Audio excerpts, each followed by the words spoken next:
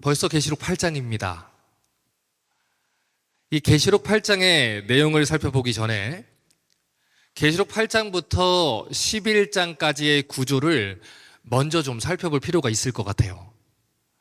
우선 이 계시록 8장의 시작 부분은 6장부터 이어졌던 7봉인 심판의 마지막, 그 마지막 7번째 봉인을 뗐을 때 어떤 일이 벌어지게 되는지를 먼저 이야기를 하고 있습니다.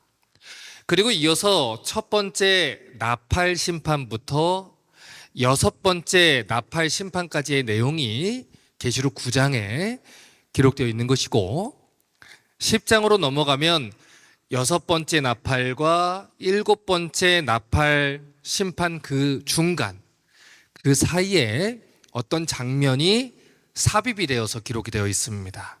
그리고 11장에 7번째 나팔이 불리우는 장면이 언급이 되면서 7 나팔 심판에 대한 계시가 끝이 나게 되는 것이죠. 자, 그러면 먼저 7번째 봉인, 그 심판의 메시지를 살펴보면서 7 봉인 심판의 메시지를 마무리 지어 보겠습니다. 계시록 8장 1절과 2절입니다. 7째 인을 떼실 때 하늘이 반시간쯤 고요하더니 내가 보매 하나님 앞에 7 천사가 서 있어 7 나팔을 받았더라. 7번째 봉인을 뗐더니 하늘이 반시 동안 고요해졌다가, 약 한 30분 정도 고요해졌다가 하나님 앞에 서 있던 7 천사가 7 나팔을 받았다, 이렇게 얘기를 합니다. 그러니까 7번째 봉인이 떼어지는 장면은 앞으로 벌어지게 될 7 나팔 심판의 전주곡 정도로 이해를 해주시면 됩니다.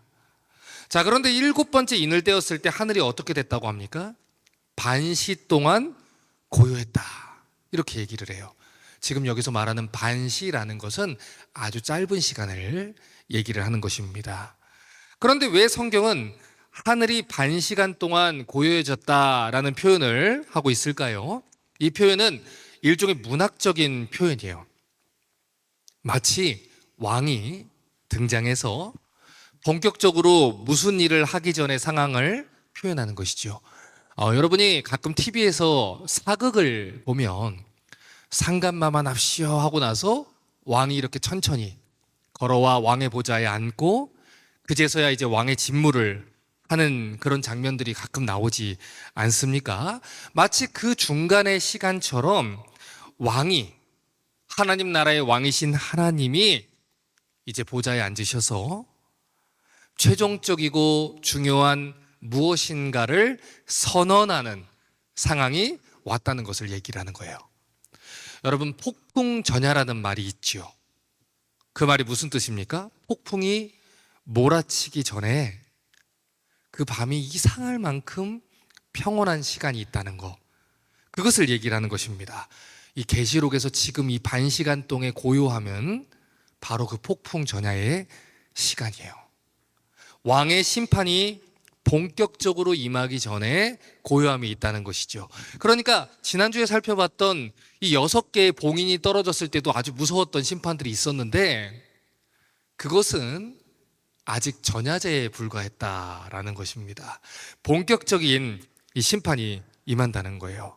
자, 그러면 이제 잠시 동안에 고요했던 그 시간이 지나고 나서 어떤 일이 벌어집니까? 8장 3절과 4절입니다. 또 다른 천사가 와서 제단 곁에 서서 금향로를 가지고 많은 향을 받았으니 이는 모든 성도의 기도와 합하여 보좌 앞 금제단에 드리고자 함이라. 향연이, 향과 연기가 성도의 기도와 함께 천사의 손으로부터 하나님 앞으로 올라가는지라. 7번째 봉인을 뗐더니 많은 향이, 즉 The smoke of the incense라는 것이 이 성도들의 기도와 합해서 보좌 앞 금제단에 드려졌다, 이렇게 얘기를 합니다. 그러니까 지금까지 성도들이 드렸던 모든 기도들이 이제야 천사들의 손을 통해서 하나님 앞에 전달이 되었다는 것이죠. 지난번에 살펴봤던 계시록 5장 8절에 이런 기록이 있었어요. 그 두루마리를 취하심에 네 생물과 24장로들이 그 어린 양 앞에 엎드려 각각 검은고와 향이 가득한 금대접을 가졌으니 이 향은 무엇이다? 성도의 기도들이다. 그때 우리는 이 성도들의 기도가 금대접에 받쳐져서 귀하게 취급받고 있다는 것을 우리가 읽어봤었습니다. 그런데 그 성도들의 기도가 이제는 하나님께 전달이 되고 있다는 거예요. 자, 그러면 오늘 하나님께 전달된 성도들의 기도는 어떤 내용을 담고 있겠습니까? 계시록 6장 9절에서 10절입니다. 다섯째 인을 떼실 때 내가 보니 하나님 말씀과 그들이 가진 증거로 말미암아 죽임을 당한 영혼들이 제단 아래에 있어 큰 소리로 불러 이르되 거룩하고 참되신 대주제여 땅에 거하는 자들을 심판하여 우리 피를 갚아주지 아니하시기를 언제까지 하시려 하나이까? 계시록 6장에서 등장했던 이 순교자들의 영혼들은 하나님 말씀을 붙들고 예수님에 대한 믿음 때문에 억울하게 죽임을 당했던 영혼들이었어요. 그런데 계시록 6장까지의 내용을 보면 6장까지는 그들의 이 억울하고 원통한 기도가 응답이 되지 않습니다. 그런데 오늘 읽은 8장 4절의 시점을 보면 상황이 완전히 달라져 있다는 거예요. 8장 4절은 이렇게 얘기했습니다. 향연이 성도의 기도와 함께 천소의 손으로부터 누구 앞으로 올라갑니까? 하나님 앞으로 올라갔다는 거예요. 그러니까 비록 그들은 죽임을 당했지만 그들의 기도는 고스란히 남아서 때가 참에 하나님 앞으로 전달되었다는 것이죠. 자, 이런 기도를 가지고 8장 1절을 보자는 것입니다. 일곱째 봉인을 떼실 때 하늘이 반시간쯤 고요했다. 자, 이제 왕이 등장했어요. 그리고 왕이 보좌에 앉아서 성도들의 기도를 하나하나 살펴봅니다. 그 일을 위해 하늘이 고요해지는 거예요. 마치 왕께서 무슨 말을 할 때에 이 신하들이 어떤 말도 할 수 없는 것처럼 고요하게 왕의 입술이 떨어지는 것을 이제 기다리고 있는 것이죠. 자, 그런데 지금 성경이 얼마만큼 하늘이 고요했다고 합니까? 반시 동안 이렇게 표현을 해요. 지금 여기서 말하는 반시라는 표현은 문자적으로 이 반시라는 표현을 주목하면 안 됩니다. 이 시간은 그 당시 예루살렘 성전에서 오전 제사를 드릴 때에 향을 피우는 시간을 얘기하는 거예요. 구약시대에는 성전에서 매일 아침 번제를 드렸습니다. 번제를 드리고 하루를 시작을 했고요. 또 번제를 드리고 하루의 제사를 마감을 했어요. 그래서 언제나 제사장들은 아침과 저녁으로 이 번제단에 불을 담아다가 성소에 있는 향단에서 향을 피웠어요. 자, 그런데 그 향을 성경이 무엇이라고 표현하고 있는지 우리가 봐야 됩니다. 시편 141편 1절과 2절을 보니까 이런 표현이 있습니다. 여호와여, 내가 주를 불렀사오니 속히 내게 오시옵소서. 내가 주께 부르짖을 때 내 음성에 귀를 기울이소서. 지금 뭐 하고 있는 겁니까? 기도하고 있는 것이지요. 그래서 2절에 얘기하는 거예요. 나의 기도가 주의 앞에 분향함과 같이 되어 나의 손드는 것이 저녁 제사같이 되게 하소서. 그러니까 성경은 성도의 기도를 표현을 할 때 제사장들이 향단에 바치는 향으로 표현을 한다는 것이죠. 그래서 방금 전에 읽었던 계시록 8장 3절과 4절의 말씀에서도 성도의 기도를 성전에서 드리는 분향과 연결해서 묘사를 하고 있다는 거예요. 그러니까 결국 계시록 8장 1절부터 4절이 이야기하고 있는 것은 7번째 봉인을 떼었더니 보호자에 계신 하나님께서 예수님에 대한 믿음을 지키고 순교했던 성도들의 기도를 들으시고 이제 응답하셨다. 이것을 증거를 하는 것입니다. 자, 계시록 8장 5절 봅니다. 천사가 향로를 가지고 제단에 불을 담아다가 땅에 쏟음에 우레와 음성과 번개와 지진이 나더라. 자, 이제 기도 응답의 순간이 찾아왔어요. 그동안 억울하게 순교의 피를 쏟았던 이 성도들의 눈물과 원통함이, 그 기도가 이제 쏟아지기 시작합니다. 그래서 성경이 그때 4가지 무서운 자연현상들이 일어났다라고 기록을 하는 거예요. 우레와 음성과 번개와 지진이 일어났다라고 얘기합니다.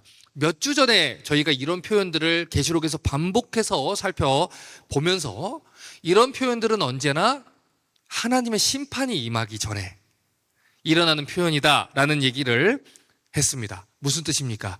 이제부터 본격적으로 심판이 시작된다. 하나님의 7 나팔 심판이 임한다. 그것을 표현을 하는 거예요. 자, 그러면 이제 7 나팔 심판이 임할 때 어떤 재앙들이 일어났는지를 한번 보지요. 첫 번째부터 4번째까지의 이 나팔 심판은 특별히 이 자연계에 임하는 재앙들을 기록하고 있습니다. 다른 말로 말하면 직접적으로 사람을 타격하지는 않아요. 그러나 간접적으로 우리가 살고 있는 이 자연에 미치는 그 재앙들을 통해서 인간이 심판받게 되는 내용들이 기록되어 있다는 것이죠. 그래서 이 8장에 기록된 첫 번째부터 4번째 나팔 심판은 간접적인 재앙, 그것으로 인한 심판을 말합니다. 그러나 5번째와 6번째 나팔 심판은 달라요. 사단 마귀의 부하들인 그 악한 영들을 사용해서 하나님이 직접적으로 인간을 심판하시는 내용들이 기록이 되어 있는 것입니다. 자, 그러면 오늘 이 첫 번째부터 4번째 심판을, 이 간접적인 심판을 한번 살펴보지요. 첫 번째 나팔 심판의 대상은 땅입니다. 요한계시록 8장 7절입니다. 첫째 천사가 나팔을 부니 피 섞인 우박과 불이 나와서 땅에 쏟아짐에 땅의 3분의 1이 타버리고 수목의 3분의 1도 타버리고 각종 푸른 물도 타버렸더라. 첫 번째 나팔을 불었더니 피 섞인 우박과 불이 땅에 쏟아졌다, 이렇게 얘기합니다.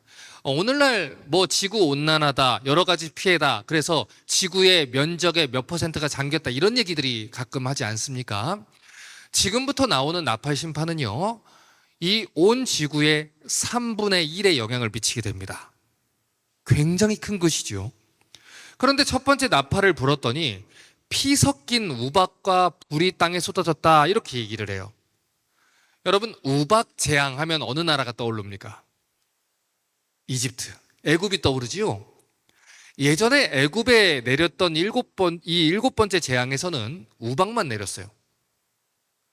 그런데 그때 우박만 내렸어도 이스라엘의 신하들이 애굽이 망한 걸 알지 못합니까? 막 소리 지르면서 난리가 났었습니다.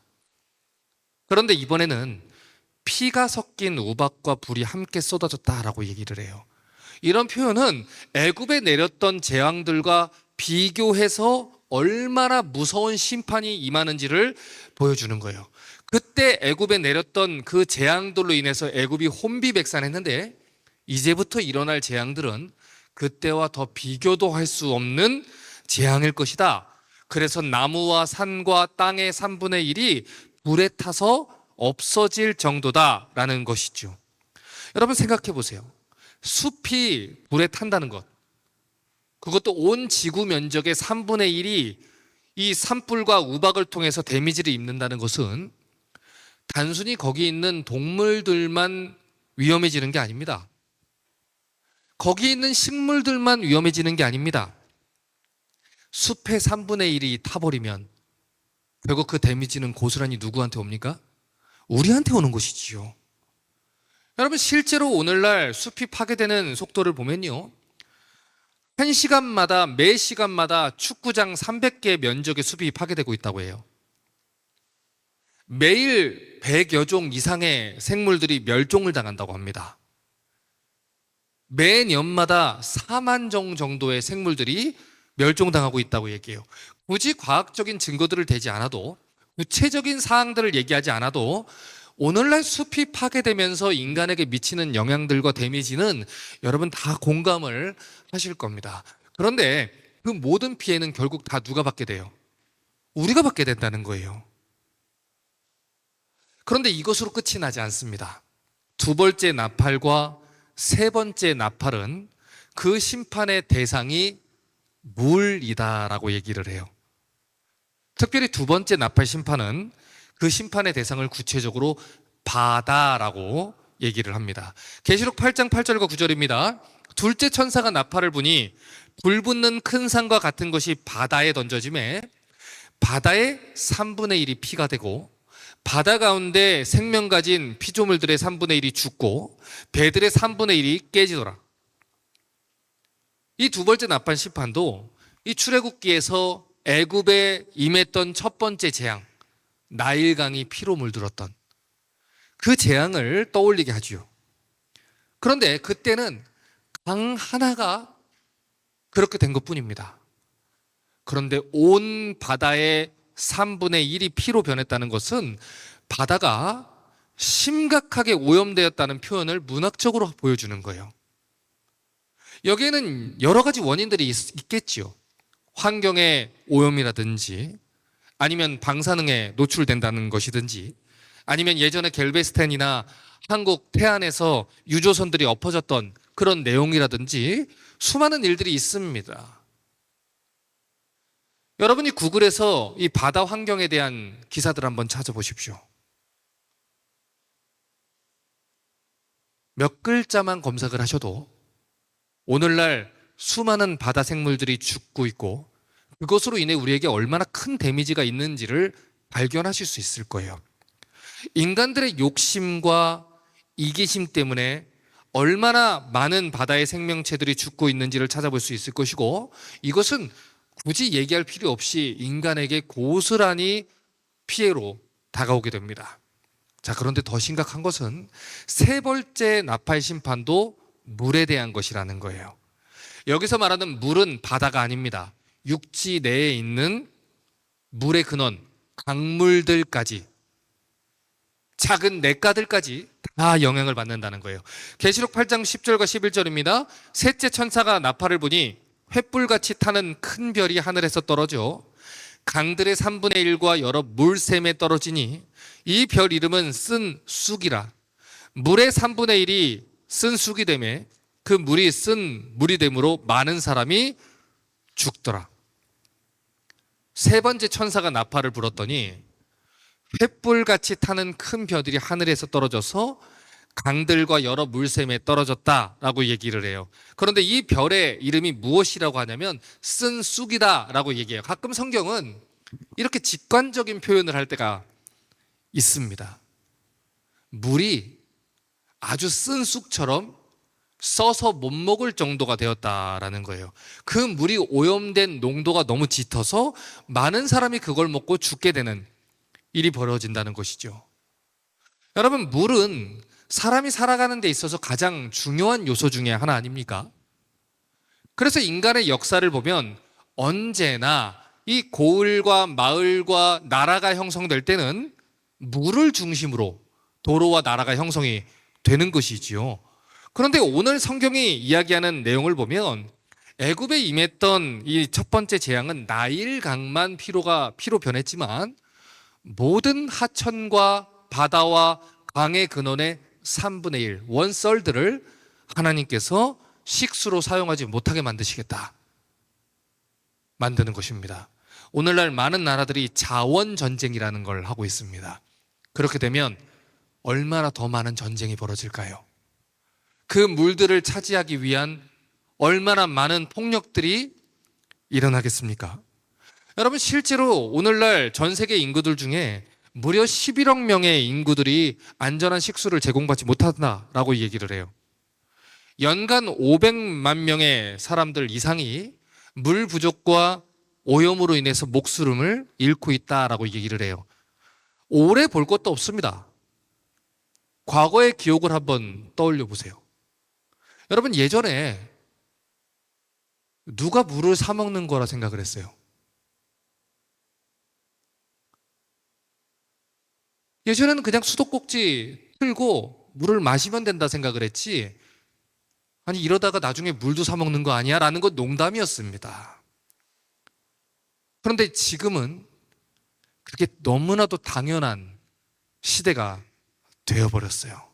그리고 그러한 현상들은 인간들의 이기심과 욕심을 통해서 하나님이 이 땅에 재앙을, 그 심판을 내리시는 손길이라는 것을 우리가 알아야 합니다. 계속해서 네 번째 나팔 심판입니다. 계시록 8장 12절입니다.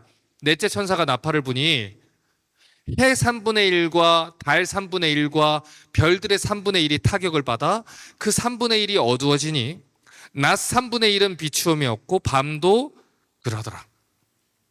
이것은 애굽에 내렸던 9번째 이 흑암 심판을 떠올리게 하는 재앙이지요. 그때는 고작 3일 동안 이집트에 어둠이 내렸어요. 그런데 이번에는 해와 달과 별들이 3분의 1이 그 기능을 하지 못한다는 것입니다. 우리가 살고 있는 이 지구의 모든 생명체는요, 태양의 빛과 열에 의한 에너지원에 의존하고 있어요. 예전에 체코라는 나라를 다녀온 적이 있습니다. 그런데 그 체코라는 나라를 가보니까 이 지하철 내에 그 광고판인가요? 그런 것들이 써 있어요. 근데 뭐라고 써 있냐면 지하철을 기다릴 때는 벽 끝에 붙어서 계십시오라고 얘기합니다. 왜냐면 그 나라에 우울증 환자들이 많은 거예요. 그래서 지하철 앞재에 서 있으면 뛰어내리는 사람도 많고 밀어버리는 사람도 많은 것이죠. 그러니까 유럽의 여러 국가들 가운데 비가 365일 중에 거의 대부분이 오는 영국 같은 나라가 있고 또 해가 잘 비치지 않는 나라들이 있습니다. 그런 나라들의 우울증 환자들이 굉장히 심하다는 거예요. 해와 달과 별들이 그 역할을 제대로 하지 않게 되면 결국 그 모든 피해들은 동식물들만 먹는 것이 아닙니다. 사람들도 고스란히 그것을 받게 되는 것이지요. 자, 그러니 지금까지 살펴봤던 이 네 가지 나팔 심판들은 단순히 이 재앙이 자연한테만 미치는 게 아니에요. 간접적이지만 결국은 우리에게 임하는 것입니다.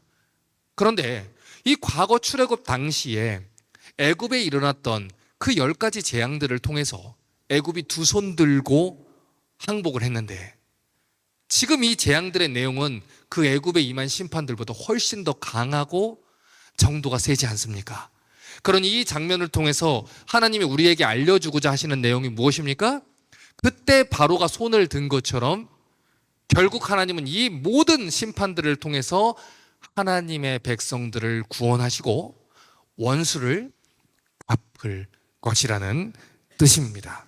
그러니 이 모든 내용들이 그 당시 믿음을 지키고 있었던 초대교회의 성도들에게 어떤 메시지로 들렸겠어요? 세상 사람들에게는 두렵고 무서운 하나님께서 신원하시고 복수하시는 그 메시지로 들렸겠지만 하나님의 성도들에게는 이제 얼마 남지 않았구나. 하나님이 애굽의 손에서 우리를 구원해내신 것처럼 주님께서 우리를 온전히 구원해내시겠구나.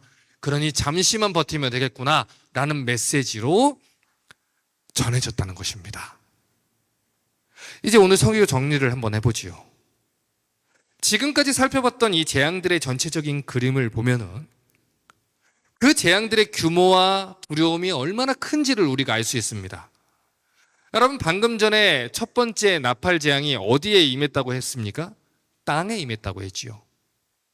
두 번째, 세 번째 나팔 재앙은 물에 임했다고 했지요. 네 번째 나팔 재앙은 하늘에 임했다라고 얘기를 합니다. 자, 그러니까 결국 이 모든 재앙들은 전 우주적인 피조물에 임할 재앙들을 통해서 하나님이 사람들을 심판하실 것이라는 심판 계획을 보여주는 거예요. 자, 지금 이 화면에 있는 그림을 보시면 창세기 1장에 기록된 하나님이 천지를 창조할 때의 기록을 제가 정리를 해놓은 것입니다. 그런데 이 도표를 보면 하나님이 어떤 구조와 질서를 가지고 천지를 창조했는지를 알게 돼요. 자, 이 도표를 보시면 첫 번째, 두 번째, 세 번째 날에 뭘 만드셨다고 합니까? 배경을 먼저 만드셨다라고 얘기를 했어요. 그러니까 하나님이 첫째 날에 하늘을 지으셨고, 둘째 날엔 바다를 지으셨고, 셋째 날에는 땅과 바다를 지으셨죠. 배경을 먼저 만드신 거예요. 그리고 나서 넷째 날부터 여섯 번째 날에는 그 배경에 각각 들어갈, 하늘이라는 곳에 들어갈 종새를 만드신 것이고, 또 해와 달과 별들을 만드신 것이죠. 다섯 번째 날, 여섯 번째 날에도 마찬가지로 바다와 또 이 땅에 존재하는 이 모든 이 요소들, 주인공들, 이 피조물들을 창조해서 채워넣은 것을 보게 됩니다. 그런데 오늘 우리가 살펴본 첫째 나팔부터 네 번째 나팔까지 재앙은 어디에 임한 것입니까? 이 배경에 임한 거예요. 하늘과 땅과 바다에 그 재앙이 임한 것입니다. 자, 그러면 결국 이 모든 배경에 재앙이 임하면 그 안에 채워졌던 피조물들이 영향을 받게 되는 것입니다. 결국 하나님 말씀을 무시하고 하나님을 경외하지 아니하고 자기의 욕심대로 자기 마음대로 살아갔던 인간들이 어떠한 재앙을 초래했는지 그것을 하나님이 미리 우리에게 간접적으로 보여준다는 것입니다. 이 시간 한 달도 안 된 뉴스 영상을 제가 하나를 여러분과 공유를 좀 한번 해보려고 해요. 지금 보신 영상은 오래된 영상이 아닙니다. 다른 나라의 영상도 아닙니다. 2024년 5월 24일 영상입니다. 불과 텍사스 지역을 얼마 전에 관통을 했던 뉴스입니다. 바로 얼마 전에 내렸던 무서운 우박들을 기억하셔야 돼요. 바로 얼마 전에 내렸던 토네이도를 여러분 보고 경고를 받으셔야 됩니다. 세계 곳곳에서 벌어지는 지진을 바라보며 경각심을 가지셔야 됩니다. 수많은 산불들과 이상기후로 멸종당하는 생물들을 바라보면서 경고를 받으셔야 됩니다. 네 가지 나팔 재앙은 심판이 끝이 아닙니다. 불과 작년에 레이드오브츠 스테이트 파크를 가서 저희 교회는 피크닉을 했습니다. 바로 그 지역에 묶였던 보트들을 기억나실 것입니다. 바로 그곳에서 10명이 넘는 사람들이 이번에 죽었습니다. 우리가 함께 고기를 구웠던 그곳에서 차를 타고 지나갔던 그 집들과 차들이 다 파손되어 10명이 넘는 사람들이 죽었습니다. 여러분, 그 일은 얼마든지 우리에게 닥칠 수 있는 일이고 여러분이 사랑하는 가족들에게 일어날 수 있는 일입니다. 오늘날 이 시대의 문제는 하나님을 경외하는 법을 잊어버렸다는 것이고 하나님을 두려워하는 마음을 잃어버렸다는 것입니다. 말세의 특징 중에 하나는 자기를 사랑하고 하나님을 경외할지 모르는 이 시대 속에서 교회는 자기를 사람들을 위한 가짜 복음을 전하기 시작했고 그 결과 오늘날 많은 사람들이 성경적인 복음이 아닌 성경적인 회개의 말씀이 아닌 사람들이 원하는 메시지를 전하기 시작했습니다. 그리고 마지막 날에 그 가짜 복음에 속은 수많은 사람들이 이 모든 말씀 아래에서 울며 심판을 받게 될 날이 올 것입니다. 시간이 없습니다. 우리에게 그리고 우리가 사랑하는 사람들에게 남겨질 시간이 얼마 남지 않을 수 있습니다. 언젠가 하나님이 만나주시겠지요 라는 말은 그를 위해서 최선을 다해 복음을 전하며 그를 위해 눈물을 뿌리며 기도하는 사람이 하나님의 자비심을 바라며 이야기하는 것이지 내가 복음을 전하지 않으면서 하나님의 말씀을 전하지 않으면서 막연하게 그 말 뒤에 숨을 수 있는 변명거리가 되지 않습니다. 에스겔 9장 4절부터 6절 말씀을 우리 다시 한번 보지요. 여호와께서 이르시되 너는 예루살렘 성읍 중에 순행하여 그 가운데 행하는 모든 가증한 일로 말미암아 탄식하며 우는 자의 이마에 표를 그리라. 무슨 뜻입니까? 하나님의 인을 맞은 그 사람들은 공통적인 특징이 하나 있습니다. 그것이 무엇입니까? 사형리 전도지를 읽으며 그 전도지를 읽고 아멘 영접했습니다 라고 고백한 사람입니까? 아닙니다. 하나님의 인을 맞은 자의 공통점은 예루살렘 성읍에서 일어나는 모든 가증한 일들, 가짜 복음과 거짓 복음 때문에 가슴을 찢어하며 아파하는 성도들이란 특징이 있습니다. 다시 말해 하나님의 인을 맞은 자는 가짜 복음이 선포되는 것을 보고 가슴 아파합니다. 거짓 복음으로 인해서 슬퍼합니다. 예배를 회복하기 위해서 그의 가슴을 치며 하나님 앞에 우는 자들이라는 것입니다. 그리고 그들에 대해서 이르시되 너희는 그를 따라 성읍 중에 다니며 불쌍히 여기지 말며 긍휼을 베풀지 말고 쳐서 늙은 자, 젊은 자, 처녀, 어린이와 여자를 다 죽이되. 무슨 뜻입니까? 마지막 심판이 임할 때는 하나님의 긍휼이 주어지지 않습니다.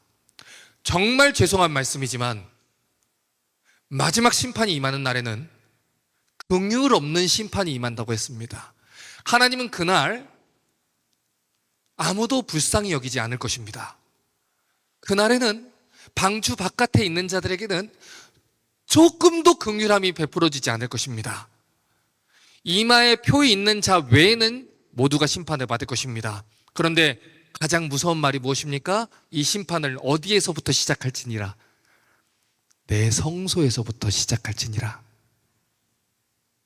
그리고 성전 앞에 있는 늙은 자들로부터 시작하라고 합니다. 이게 무슨 뜻입니까?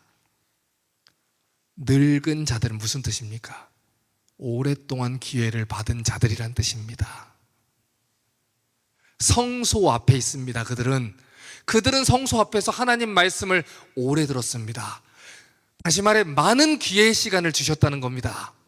오랜 시간 동안 하나님이 회개하기를 요청하셨다는 것입니다. 그러나 그 오랜 시간 동안 성소에서 일어나는 가증한 일들을 못 본 채 했고 그 거짓 복음에 귀를 닫았고 눈을 가렸으며 회개하지 않았다는 것입니다. 그들부터 시작하겠다. 가짜 복음을 전했던 백성의 어른부터 시작하겠다. 가짜 복음을 전했던 제사장들부터 치겠다. 교회부터 무너뜨리겠다. 너희가 교회라고 이름했던 그 거짓 재단에서부터 내가 심판하겠다. 그 거짓 신자들로부터 내가 심판하겠다. 목회자라고 부름받았던 자들부터 심판하겠다. 교회의 장로라고 불리웠던 자들, 직분을 받았던 자들부터 심판하겠다. 이것이 시작 같으냐? 이것으로 끝날 것 같으냐? 이제 시작이니 오래 걸릴 것 같으냐? 아니다. 금방 임할 것이다. 반 시간 동안의 잠깐의 시간이 지나면 이 모든 일들이 임할 것이다. 늙은 자들부터 시작할 것이다. 교훈 받은 자들부터 시작할 것이다. 신학교 교수들부터 시작할 것이다. 담임 목사들부터 시작할 것이다. 복음을 오래 전했다고 하는 역사와 전통이 유구하다고 하는 그 모든 교회들부터 시작할 것이다. 복음을 오래 들었던 자들부터 시작할 것이다. 그리고 그날에는 자비와 긍휼이 없을 것이다.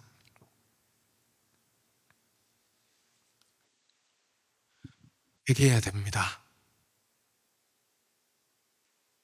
어서 빨리 복음 전하셔야 됩니다.